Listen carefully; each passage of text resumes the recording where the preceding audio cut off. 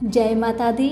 मेरे सभी प्यारे दोस्तों, मैं लक्ष्मी शर्मा बड़ों को चरण स्पर्श, छोटों को प्यार और बराबर वालों को दिल से नमस्कार करती हूँ। आज की वीडियो में आप सभी सुनेंगे अन्नपूर्णा माता की कथा। माता अन्नपूर्णा का 21 दिवसीय यह व्रत अत्यंत चमत्कारी फल देने वाला है। यह व्रत अगहन मास में शुक्ल पक्ष की प्रतिपदा से शुरू कर 21 दिनों तक किया जाता है। इस व्रत में अगर व्रत ना कर सके तो एक समय भोजन करके भी व्रत का पालन किया जा सकता है।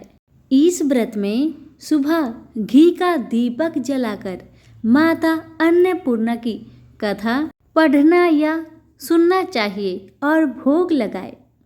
आइए अब सुनते हैं माता अन्नपूर्णा की कहानी को पूरा जरूर सुनेगा। एक समय की बात है।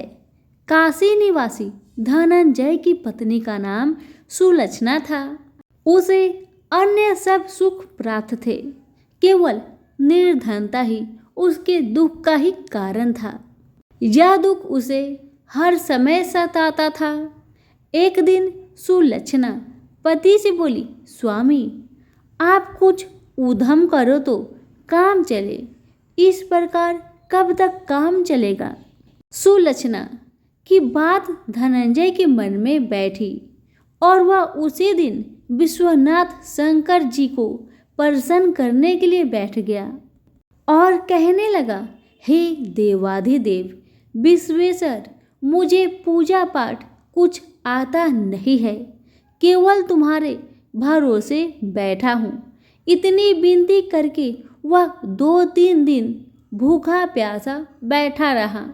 यह देखकर भगवान शंकर ने उसके कान में अन्नपूर्णा अन्नपूर्णा अन्नपूर्णा इस प्रकार 3 बार कहा। यह कौन है, क्या कह गया? इसी सोच में धनंजय पड़ गया कि मंदिर से आते ब्राह्मण को देखकर पूछने लगा, पंडित जी अन्नपूर्णा कौन है? ब्राह्मणों ने कहा, तू अन्न छोड़ बैठा है सो तुझे अन्न की बात ही सूझती है, जा घर जाकर अन्न ग्रहण कर। धनंजय घर गया, स्त्री से सारी बात कही। वह बोली, नाथ चिंता मत करो कि स्वयं शंकर जी ने यह मंत्र दिया है, वे स्वयं ही खुलासा करेंगे, आप फिर जाकर उनकी आराधना करो। धनंजय फिर जैसा का तैसा पूजा में बैठ गया। रात्रि में शंकर जी ने आज्ञा दी, कहा तू पूर्व दिशा में चला जा। वह अन्नपूर्णा का नाम जपता जाता और रास्ते में फल खाता, झरनों का पानी पीता जाता। इस प्रकार कितने ही दिनों तक चलता गया। वहाँ उसे चांदी सी चमकती वन की शोभा देखने में आई, सुंदर सरोवर देखने में आया। उसके किनारे कितनी ही अप्सराएं झुंड बनाए बैठी थी। एक कथा कहती थी और सब माँ अन्नपूर्णा इस प्रकार बार बार कहती थी। यह अगहन मास की उजेली रात्रि थी और आज से ही व्रत का आरंभ था। जिस शब्द की खोज करने वह निकला था वह उसे वहां सुनने को मिला। धनंजय ने उनके पास जाकर पूछा, हे देवियों आप यह क्या करती हो? उन सब ने कहा, हम सब माँ अन्नपूर्णा का व्रत करती हैं। धनंजय बोला, व्रत करने से पूजा करने से क्या होता है? या किसी ने किया भी है? इसे कब किया जाए? कैसा व्रत है और कैसी विधि है? मुझे भी कहो। वो कहने लगी, इस व्रत को सब कोई कर सकते हैं। 21 दिन तक के लिए 21 गांठ का सूत लेना चाहिए। 21 दिन यदि ना बने तो एक दिन उपवास करे। यह भी ना बने तो केवल कथा सुनकर प्रसाद ले। निराहार रहकर कथा पढ़े। कथा सुनने वाला कोई ना मिले तो पीपल के पत्तों को रख, सुपारी या घृत कुमारी वृक्ष को सामने कर, दीपक को साक्षी कर, सूर्य, गाय, तुलसी या महादेव को बिना कथा सुनाए मुख में दाना न डाले। यदि भूल से कुछ पड़ जाए तो एक दिवस फिर उपवास करे। व्रत के दिन क्रोध ना करे और झूठ ना बोले। धनंजय बोला, इस व्रत के करने से क्या होगा? वो कहने लगे, इसके करने से अंधों को नेत्र मिले, लूलों को हाथ मिले, निर्धन के घर धन आए, बाझिन को संतान मिले, मूर्ख को विद्या आए। जो जिस कामना से व्रत करे माँ उसकी इच्छा पूरी करती है। वह कहने लगा, बहन मेरे भी धन नहीं, विद्या नहीं, कुछ भी तो नहीं है। मैं तो दुखिया ब्राह्मण हूँ, मुझे इस व्रत का सूत दोगी? उन्होंने कहा, हाँ भाई, तेरा कल्याण हो, तुझे देगी। ले इस व्रत का मंगल सूत्र ले। धनंजय ने व्रत किया। व्रत पूरा हुआ। सभी सरोवर में से 21 खंड की स्वर्ण सीढ़ी, हीरा मोती जरी प्रकट हुई। धनंजय जय अन्नपूर्णा, जय अन्नपूर्णा कहता जाता था। इस प्रकार कितनी ही सीढ़ियाँ उतर गया तो क्या देखता है कि करोड़ों सूर्य के प्रकाशमान अन्नपूर्णा का मंदिर है। उसके सामने स्वर्ण सिंहासन पर माता अन्नपूर्णा विराजमान है। सामने भिक्षा हेतु शंकर भगवान खड़े हैं। देवांगनाएं चावर डुलाती है। कितने ही हथियार बांधे पहरा देती है। धनंजय दौड़कर जगदम्बा के चरणों में गिर गया। देवी उसके मन का कलेश जान गई। धनंजय कहने लगा, माता आप तो अंतर्यामिनी हो, आपको अपनी दशा क्या बताऊं? माता बोली, मेरा व्रत किया है, जा संसार तेरा सत्कार करेगा। माता ने धनंजय की जिह्वा पर बीज मंत्र लिख दिया। अब तो उसके रोम रोम में विद्या प्रकट हो गई। इतने में क्या देखता है कि वह काशी विश्वनाथ के मंदिर में खड़ा है। माँ का वरदान ले धनंजय घर आया। सुलक्षणा से सब बात कही। माता जी की कृपा से उसके घर में संपत्ति उमड़ने लगे। छोटा सा घर बहुत बड़ा गिना जाने लगा। जैसे शहद के छत्ते में मक्खियाँ जमा होती है, उसी प्रकार अनेक सगे संबंधी आकर उसकी बड़ाई करने लगे। कहने लगे, इतना धन और इतना बड़ा घर, सुंदर संतान नहीं तो इस कमाई का कौन भोग करेगा?